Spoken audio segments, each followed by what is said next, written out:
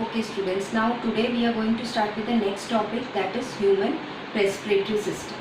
Now human respiratory system, the first part we will see, that is you have got the nostrils. Okay, nostrils, the air is going to enter through this nostril. Through this nostril, when the air is entering, there are hair-like structures present in the nostrils which trap the dust particles if by mistake the dust particles are entered through the nose. Along with that, the cells that are present in this area, that is near the nostrils, that are producing a liquid which you call it as mucus. So mucus has also got a tendency that it will be absorbing all the it will be attracting all the dust particles towards it so that they do not pass into your lungs. Now from the nostril, the air is going to pass through the pharynx. Now pharynx, if you look at pharynx is actually, that is a common passage that is coming from your mouth also. Okay, from the mouth also it is coming. So this becomes a common passage for the air as well as for your food particles to pass through. We have studied in the chapter digestion, that is this, while you are swallowing the food, what happens, temporarily this will be closed, that is the pharynx get closed to prevent the food from passing into the lungs part. So last chapter it is clear what digestion is. Now here we will look into more detail about respiratory system. So this is the pharynx part that you see here.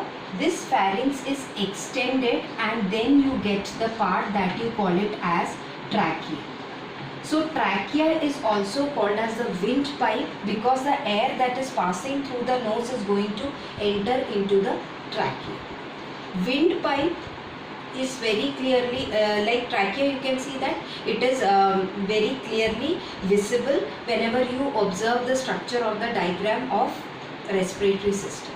Now after the trachea, you find that trachea extends and it is covered by ring-like structures which are made up of cartilage.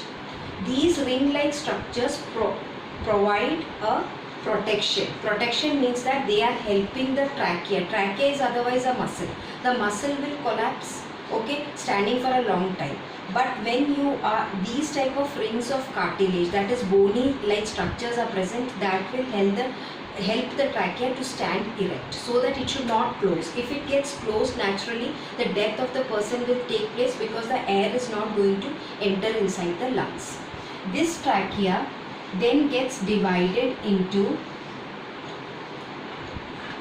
bronchus.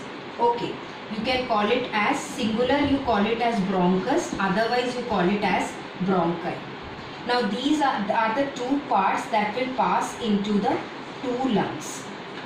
Okay, lungs are balloon-like structures and these bronchi, when they enter into the lungs, they get partitioned into very small structures which are called as bronchioles. Okay, these small structures are called as bronchioles.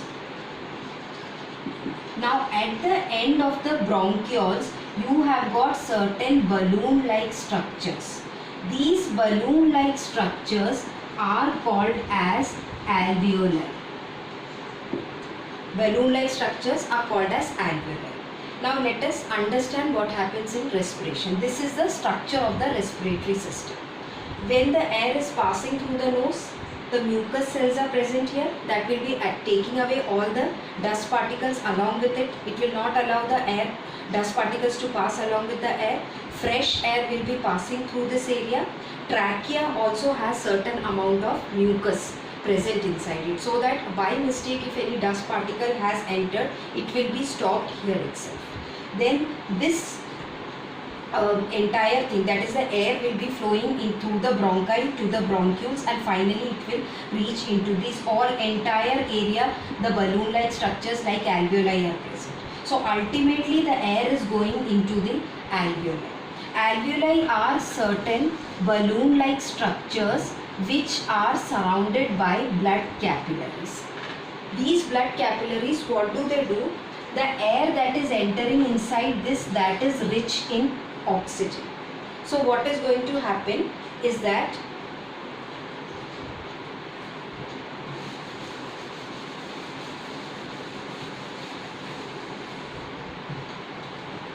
Suppose this is the alveoli. This is surrounded by the blood capillaries. Blood capillaries are small tube-like structures. These blood capillaries are attached to each and every cell of our body. Our body is made up of cells. Each capillary is attached to the cells. So here when the oxygen gas is going to enter, oxygen will be filled inside this. The blood capillaries will be taking in this oxygen and carrying this oxygen to the cells. Capillaries will be carrying this oxygen to the cell. And when the oxygen is discharged into the cell, carbon dioxide from the cell will be carried back by the capillaries into the alveoli.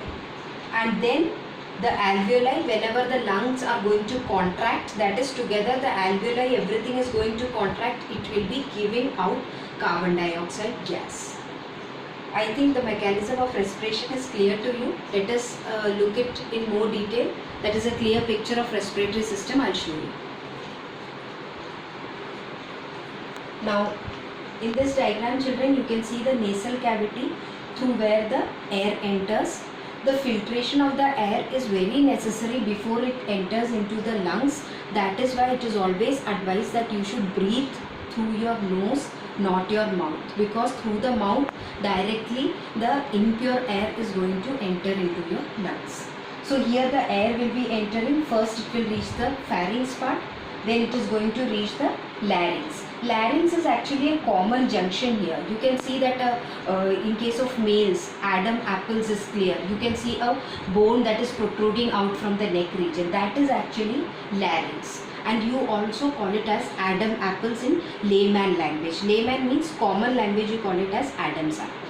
So this is a bony structure that you call it as larynx. It helps in talking. Actually vocal cords are present in this larynx which vibrate together whenever the air will be passing through it. And when vibrations are there, sound is produced. That is why we are able to talk. So this air, when it is passing through the trachea, you can see these structures. These are the C-shaped cartilage structures. These C-shaped cartilage structures help the trachea to stand erect. It will not close like this. Now the air will be passing into the lungs here. These lungs are actually protected by the rib cage. This green structures which you are seeing, that is the ribs. Because lungs are very soft, it needs protection from the external environment. So the bone is present here. Then the bronchioles are present. You can see the minute branches here. Diaphragm which is present below the lungs is providing the support to the lungs.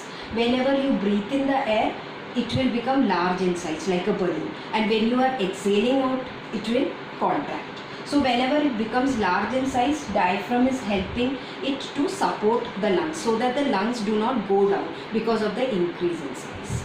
Now let us look at the structure of the alveoli. Next structure. This is the structure of the alveoli. As I told you that this is the entire structure. It is having balloon-like structures and it is surrounded by blood capillaries. Now children, usually in science, wherever you find the red colored border, that indicates the blood is rich in oxygen. And wherever you find blue colored structure, that indicates the blood is rich in carbon dioxide. So from this diagram, we can understand that the lungs are bringing oxygen rich blood to the alveoli, and then the capillaries are carrying it to the cell. From the cell back they are bringing the carbon dioxide rich blood, which now they will provide to the alveoli. Alveoli will finally give it back to the, by the same process it is going to go up to your nose, and then you are going to give out carbon dioxide gas. So now I think students, the process of respiration is clear to you. Thank you.